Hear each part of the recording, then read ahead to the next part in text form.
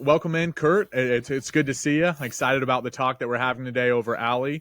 So I just wanted to get started with kind of a little bit of a history with Alley, kind of where it started, how you started it, and kind of the history and need that you've seen for it back in the day. Good to see you, Levi. So ALLI stands for the Agricultural Lending Institute.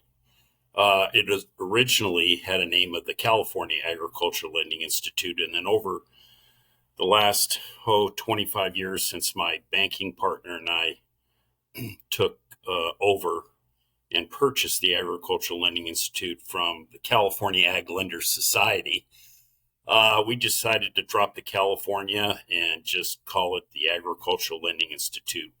And we've been running and have owned the Agricultural Lending Institute for close to 20 years now.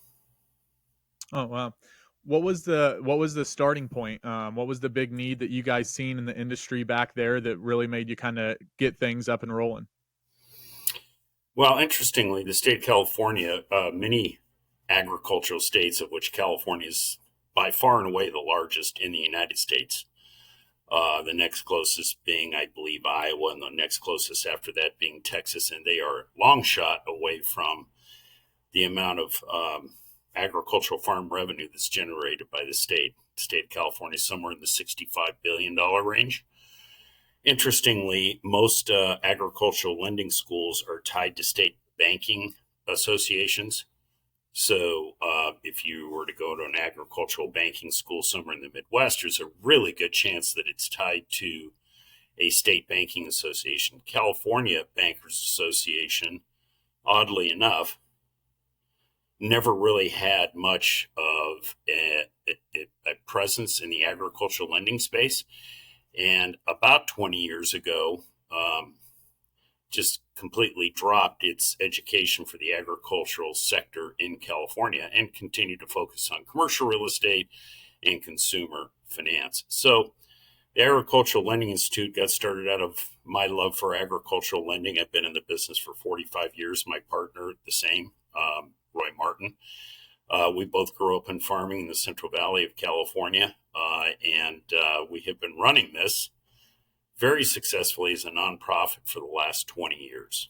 And so for us, it was filling a gap for lenders in the state of California and the Western United States, but also was an opportunity for us to give back to the industry.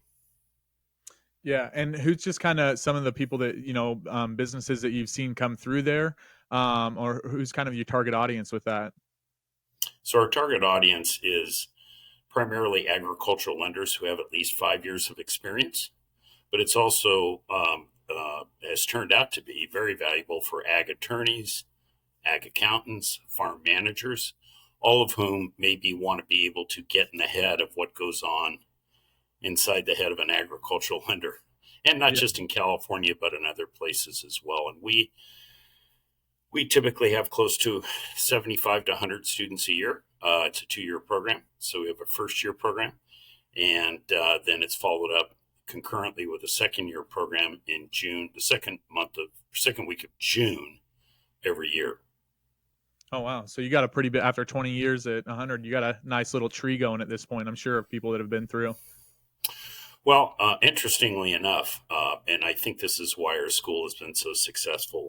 When we took this over, I think the challenges are a lot of ag schools are taught by ag economists who've never made a loan in their life.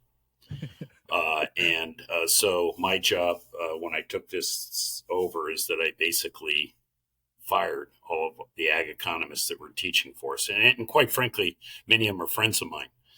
I've taught in the Ag Econ School at Fresno State for some 27 years, but they were all friends of mine, but they can't teach banking.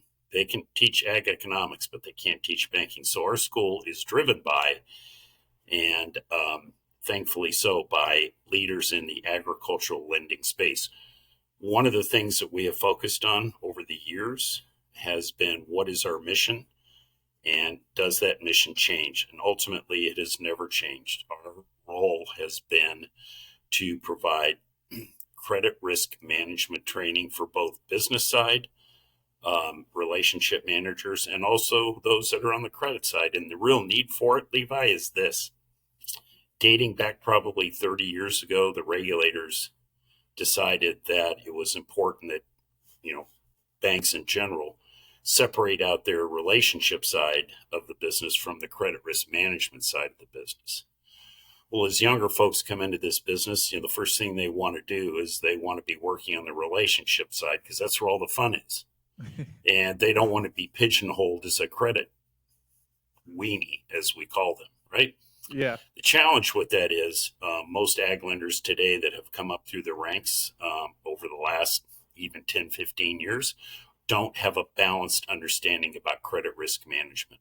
So we have focused on that, and I think it's a real advantage for the young lenders that goes through our school who may be relationship managers, but now understand how important it is to understand how to manage credit risk. And so our motto is we can't teach people to have a personality.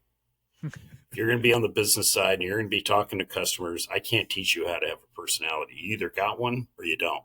But I can teach you, and our school can teach you, how to understand the risk and the pursuit of a relationship with a customer. Yeah, I'm excited to get out there and kind of experience it this year. Just from hearing you talk, it's a lot of use case, like practical, actual cases. And is that something, that curriculum that you're drawing up, or what all goes into that? Yeah, so the curriculum is me. I've been driving the curriculum for well over 20 years, even before my business partner and I acquired the school. But we have been, I solely am responsible for the curriculum. I'm also solely responsible for the instructors. And of course, as you know, Jay, the managing partner of Bridgeforth, is one of my instructors. And so last year, the students really enjoyed him. He'll be back for an encore this year. Yeah, and I think that's a good segue kind of into the Bridgeforth and the reason kind of for our call here today, and why I'm excited to start working with Allie as well is through Bridgeforth. So if you just kind of want to explain a little bit of your hope and what you're hoping that Bridgeforth can bring to Allie. Yeah, so I say first thing is that Bridgeforth is what I would describe as a leader in the problem solving space for businesses, particularly family farms and agribusinesses. And so we wanted to be aligned with someone that's a thought leader in that space. Two, I think Bridgeforth offers us the opportunity to extend our reach. And currently, probably a third of our students come from the Midwest or the Rocky Mountain states. We have some that come from the Southeast as well. Our curriculum and our school has started to build a reputation over the years. It takes a long time. So we've built this reputation, but we've always held it in Central California, the heart of agriculture in California. And but the idea of affiliating ourselves with someone and a firm such as Bridgeforth, I think allows us really to kind of reach the market that we think we have the capability of serving. Also, I just think that in addition to expanding our footprint, we think that there's opportunities, to further our relationship with Bridgeforth. Our school, in addition to training lenders, does a lot of management training as well. And so it just seems to be a great marriage, and we're looking forward to moving this forward in 2023. Yeah, I'm excited to get out there and experience all of that, and to learn more about it. And that's something as I've come on with Jay and hearing you guys talk is just how serious that you guys do take that executive coaching part and that, leading leaders, and helping people really get to that next level wherever they're at in the business. So that's something I've been super thankful of and grateful to experience around you guys. Yeah, well, Levi, it's always great to talk to you. I've been in this business for, I hate to say it, about 45 years now, and I don't get tired of it. You get it. They always talk about choose a career that you love. And while I grew up in farming and still have some farming going on in my world, to me, partnering with farmers is as an ag banker, is probably the most noble job you can have in this country. Yeah, as somebody that lives in a town of 400 people and surrounded by it, we're very appreciative. You can say what you want, but agriculture runs these small towns. That's for sure. That's right. There's a saying, and I believe it's true. In a lot of rural communities, 90% of every business is driven by the success of farming. Oh wow. So Uh, whether you have a coffee shop, an insurance company, an auto repair store, the success of your business is driven by the success of those farmers in that community. Agreed, and I can even see it. I help down here at the Legion here in our local town, and you can see it in the benefits and everything. You know, when we've had a better farm year or a little bit more rain, it truly does make that difference, especially in these smaller communities. Right. And So so yeah, for us, just, to kind of wrap this up, is that we always hope that our lenders go back to their rural communities. And in addition to being good, solid citizens, they're also good, solid partners to their farm customers. And you know, for us, um, you know, at the end of the week, at the end of that second week in June, we're exhausted, but we send out our soldiers into rural America, and it's a very good feeling. absolutely. Well, Kurt, I really appreciate it, and I'm very excited to get to work with you on this and see what Bridgeforth can bring to Alley as well. Bet looking forward to it. Awesome. Thanks, Kurt. Thank you, Levi.